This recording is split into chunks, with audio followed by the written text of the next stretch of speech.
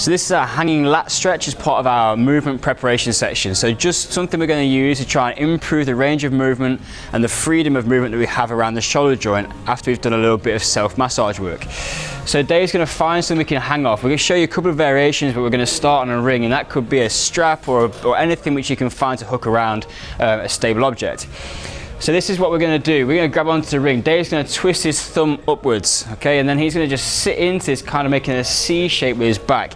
This is really one of the only times where we don't want to kind of keep a really good postural shape. We're actually going to allow ourselves to arch around, and that's just because of where the anatomy of the lat dorsi, which is the muscle which we're stretching, is kind of its origins and insertions.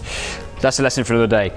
Anyway, for this point, he's going to sit in and he can start to wiggle around with the hips a little bit, and it's just trying to find the corners of that movement and where it starts to feel like there's some tension.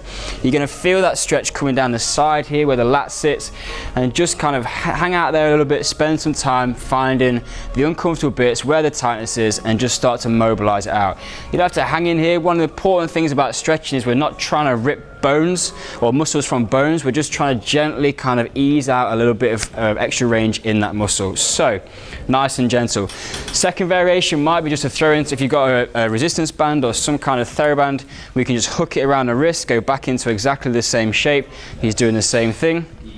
And then the last one, he's going to grip up onto the bar, thumb facing up again, and he's just going to sit in. He can just shift his weight back through the hips to get that mobilization going. This one we've put in here, 3 different ways to do it. That means no one's got any excuses. The mobilization and the movement preparation is one of the most important things that you can do to keep yourself healthy.